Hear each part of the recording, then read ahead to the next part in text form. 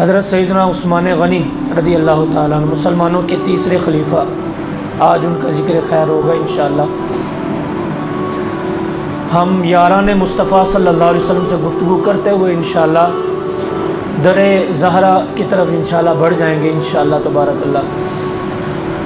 دیکھیں، دنیا کے اندر کئی طرح کے مزاج رکھنے والے لوگ دنیا کے اندر پیدا ہوئے، کسی کا کوئی مزاج ہوتا ہے، کسی کا کوئی مزاج، لیکن سیدنا عثمان غنی رضی اللہ تعالیٰ عنہ کا صحابہ کرام میں ایک الگ ہی مزاج تھا، اور مزاج بھی کمال کا تھا، خوبصورت میٹھا مزاج، درگزر کرنے والا مزاج، اگر کوئی بات کہہ بھی دیتا تو معاف کر دیتے۔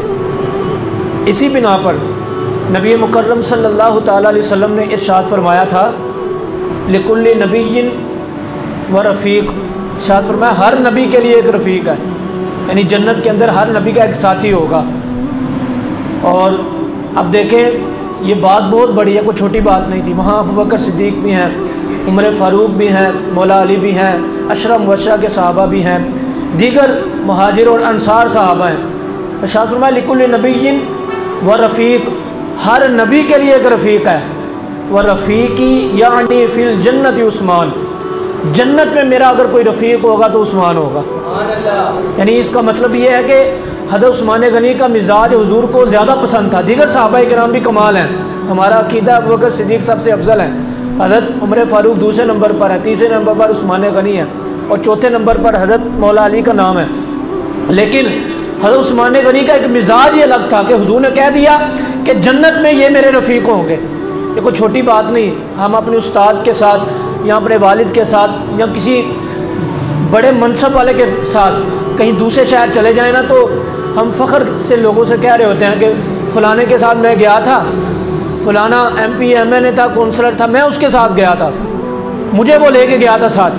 یہ دنیا کے مناصب کے لوگ، دنیا کے عہدے دار لوگ کہ جن کا عہدہ دنیا میں رہ جائے گا، شاید دنیا میں بھی کام نہ آئے، لیکن وہ امام الانبیاء صلی اللہ علیہ وسلم کامل و اکمل ذات ارشاد فرما رہی ہیں، حالانکہ حضور کو کسی کی رفیق کی ضرورت نہیں، لیکن حضور نے اپنا رفیق اگر کوئی بنایا ہے تو کس کو بنایا؟ حضرت عثمان غنی رضی اللہ تعالیٰ عنہ کو۔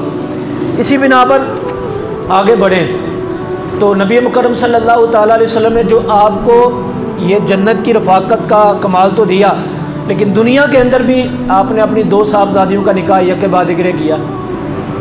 یہ کئی لوگ انکار کر دیتے ہیں۔ مولا علی کا نکاح ہوا تو فاطمہ سے، بڑے کمال کی بات ہے، لیکن جس کا نکاح حضور کی دو بیٹیوں سے ہوا، کسی نبی کے امتی کو یہ اعزاز حاصل ہے ہی نہیں۔ یہ ذوالنورین کا جو لقب بولا جاتا ہے، دو نور والا، یہ تثنیہ کا صیغہ ہے، ذوالنورین، دو نور والا، ٹھیک ہے؟ تو اس لیے کیوں کہا جاتا ہے دو نور والا؟ اعلیٰ حضرت رحمۃ اللہ تعالیٰ علیہ نے تو یہاں کہا، تیری نسل پاک میں ہے بچہ بچہ نور کا، تو ہے عین نور، تیرا سب گھرانہ نور کا۔ اعلیٰ حضرت نے تو فاطمہ الزہرا کی اولاد کو، سب کو، تا قیامت آنے والی جو بھی آپ کی اولاد ہوگی نور والا کہہ دیا۔ جو حضور کے بطن سے جو پیدا ہوئی ہوگی بیٹیاں، وہ کتنی نور والی ہوں گی، اور جن کا نکاح حضرت عثمان غنی رضی اللہ تعالیٰ عنہ سے ہوا، تو اس لیے حضرت عثمان غنی کو دنیا کے اندر بھی اعزاز ملا، اور کل قیامت میں بھی اللہ انشاءاللہ حضور کے صدقے جنت میں عطا فرمائے گا اعزاز۔ تو اس لیے ان کے اعزازات کو جو بھول جاتے ہیں، جو ان کے اعزازات کے اوپر بجائے اس کے کہ ان کی تعریف بیان کریں، بجائے اس کے ان کی سیرت کو بیان کیا جائے، ان کی سیرت کو بیان نہیں کرتے بلکہ طنز و تنقید کرتے ہیں۔ میں آگے بڑھتا ہوں، ایک خوبصورت واقعہ آپ کی نظر کرنے لگا ہوں۔ نبی مکرم صلی اللہ علیہ وسلم نے اپنے اصحاب کو ساتھ لیا، جب مدینہ ہجرت ہو گئی، ہجرت کے بعد فیصلہ ہوا کہ عمرہ کرنے جائیں گے، صحابہ کرام ساتھ ہو گئے۔ جب مکہ کے تھوڑا قریب پہنچے نا، تو اللہ کے حبیب علیہ السلام نے ارشاد فرمایا، اگر ہم مکہ المکرمہ یعنی خانہ کعبہ کے پاس جائیں گے، اللہ نے وہاں جنگ کو حرام قرار دیا، اگر وہاں اچانک چلے گئے تو کافر یہ نہ سمجھے کہ شاید ہم جنگ کرنے کے لیے آئے ہیں، یہ نہ وہ تلواریں اٹھا لیں پھر ہمیں مجبوری میں اٹھانی پڑے۔ رسول اللہ صلی اللہ علیہ وسلم نے ارشاد فرمایا، کیوں ایسا نہ کیا جائے کہ کسی ایک شخص کو تم میں سے بھیجا جاتا ہے مکہ، وہ سرداران قریش سے بات کریں کہ ہم عمرہ کرنے آئے، ہم جنگ لڑنے نہیں آئے، تاکہ وہ بھی جنگ نہ کریں ہم بھی جنگ نہ کریں، تاکہ مکہ شہر کا ماحول خراب نہ ہو۔ توجہ فرمائیں، اب فیصلہ ہوا کہ حضرت عثمان غنی رضی اللہ تعالیٰ عنہ کو بھیج دیا جائے۔ یہ معزز بندے ہیں، لوگ ان کے مزاج سے بھی واقف ہیں۔ حضرت عثمان غنی رضی اللہ تعالیٰ عنہ چلے گئے، وہاں ان سے بات کی تو انہوں نے اصرار کیا کہ ہم نے مسلمانوں کو اجازت نہیں دینی۔ اب سرداران قریش کہنے لگے ایسا کر لو اے عثمان، تم عمرہ کر لو، آپ عمرہ کر لو، ان کو رہنے دو، اپنے مسلمانوں کے نبی کو یا دیگر جو مسلمان ہیں، تمہیں اجازت ہے۔ حضرت عثمان غنی رضی اللہ تعالیٰ عنہ کا عقیدہ سن لیں، یہ قرآن سے آپ کو سنانے لگا ہوں ابھی آیت کریمہ۔ آپ نے ارشاد فرمایا میرا عقیدہ یہ ہے، عمرہ تو میں نے اللہ کے لیے کرنا ہے، لیکن میرا عقیدہ یہ ہے کہ میرا عمرہ اس وقت تک قبول نہیں ہوگا جب تک میرے نبی میرے ساتھ نہیں ہوں گے۔ یہ آپ کا عقیدہ تھا۔ اب ان کو آنے میں تھوڑی دیر ہو گئی، واپس آنے میں، اب مسلمانوں کے اندر نا چہم گوئیاں شروع ہو گئی۔ کسی نے کہا، ایک گروہ وہ بن گیا کہ شاید حضرت عثمان غنی کو شہید کر دیا انہوں نے۔ کچھ لوگوں نے یہ کہا کہ شاید حضرت عثمان غنی عمرہ کرنے لگ گئے اس لیے دیر ہو گئی ہے۔ اور تیسرا گروہ وہ تھا جو حضور کے ساتھ تھا، انہوں نے کہا کہ نہیں، نہ عثمان غنی کو شہید کیا جا سکتا ہے، نہ وہ عمرہ کر سکتے ہیں ہمارے بغیر، وہ واپس آتے ہوں گے۔ اب تین طرح کے گروہ تھے، آپ کو پتہ ہے، ہم کسی کو چیز لینے بھیجیں، کوئی شے، وہ دیر سے آئے تو ہم کہہ دیتے ہیں کہیں بیٹھ گیا ہوگا، ہے چائے لینے بھیجیں، چائے لیٹ ہو، چائے پینے لگ گیا ہوگا، کہیں اور چلا گیا ہوگا، ہم یہاں پر تبصرہ شروع کر دیتے ہیں۔ تو وہاں پر صحابہ کرام آپس میں گفتگو کرنے لگے، کسی نے کہا نعوذ باللہ شہید کر دیا ہوگا، کسی نے کہا وہ عمرہ کرنے لگے ہوں گے، کوئی کہنے لگا نہیں واپس آتے ہوں گے۔ اب وہاں پر فیصلہ یہ ہوا، اللہ کا حکم یہ ہوا، اے نبی علیہ السلام جتنے بھی یہ لوگ آپ کے ساتھ ہیں ان سے بیعت لیں۔ کس بات پر بیعت لینی ہے؟ اگر کافروں نے حضرت عثمان غنی کو شہید کر دیا ہوگا نا تو کافروں سے بدلہ لینا ہے، اس بات پر بیعت کرنی ہے۔ اس بات پر بیعت کرنی ہے کہ مسلمان کٹ جائیں گے، مر جائیں گے، لیکن سیدنا عثمان غنی کے قتل کا بدلہ لیں گے۔ اب جب قرآن پاک نے اس کو ذکر کیا، ان الذین یبایعونک انما یبایعون اللہ، نبی مکرم صلی اللہ تعالیٰ علیہ وسلم نے بیعت شروع کی۔ یہ بڑے کمال کا واقعہ اور قرآن نے اس کو ذکر کیا۔ اللہ تبارک و تعالیٰ فرماتا ہے بے شک وہ لوگ یبایعونک جو آپ کی بیعت کر رہے ہیں، کیونکہ حضور کا ہاتھ تھا نا، جو بھی آگے بڑھتا حضور کے ہاتھ پر ہاتھ رکھتا اور حضور بیعت فرماتے ایک ایک سے۔ اللہ فرماتا ہے بے شک وہ لوگ یبایعونک جو آپ سے بیعت کر رہے ہیں، انما یبایعون اللہ، بے شک وہ آپ کی بیعت کر رہے ہیں، لیکن حقیقت یہ ہے یہ اللہ کی بیعت کر رہے ہیں، یہ اللہ کی بیعت کر رہے ہیں۔ ایک پوائنٹ اللہ پاک نے یہ ارشاد فرمایا۔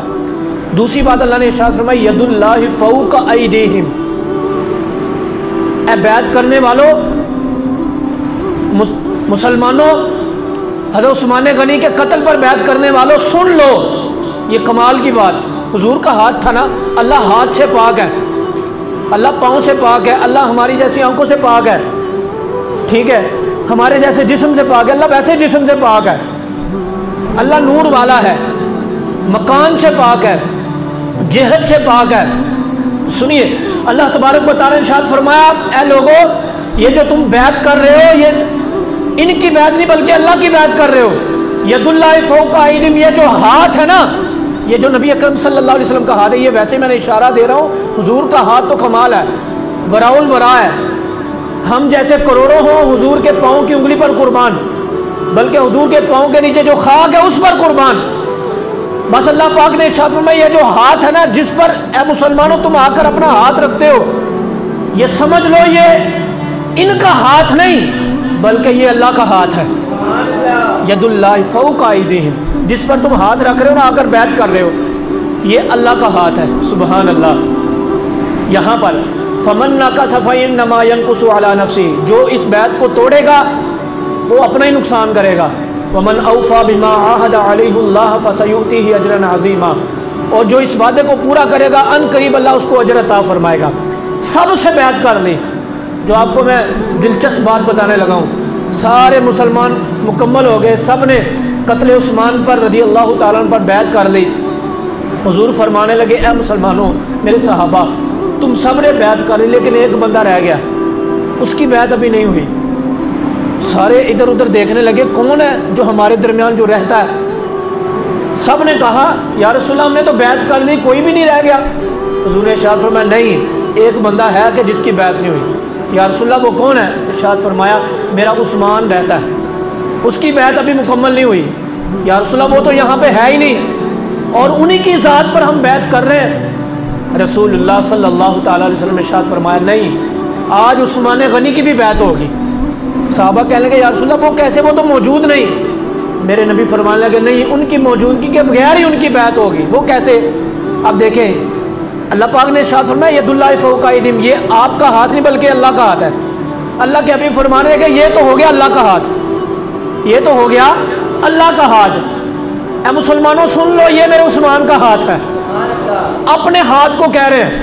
اب دیکھیں یہ ویسے سمجھانے کے لیے اللہ تبارک و تعالیٰ نے اعزازاً ارشاد فرمایا یہ ہو گیا اللہ کا ہاتھ، یہ ہو گیا عثمان غنی کا ہاتھ۔ یہاں پر عشق کی بات یہ ہے ہاتھ دونوں رسول اللہ کے ہیں، لیکن رب نے کیا اعزاز دیا کہ ایک ہاتھ کو اپنا ہاتھ بنا دیا، دوسرے ہاتھ کو عثمان غنی کا ہاتھ بنا دیا۔ یہ اعزازاً حضور علیہ السلام نے دونوں ہاتھ اپنے ہیں اور کیا فرما رہے ہیں میں اپنے عثمان کی بیعت کرتا ہوں اپنے ہاتھوں پر۔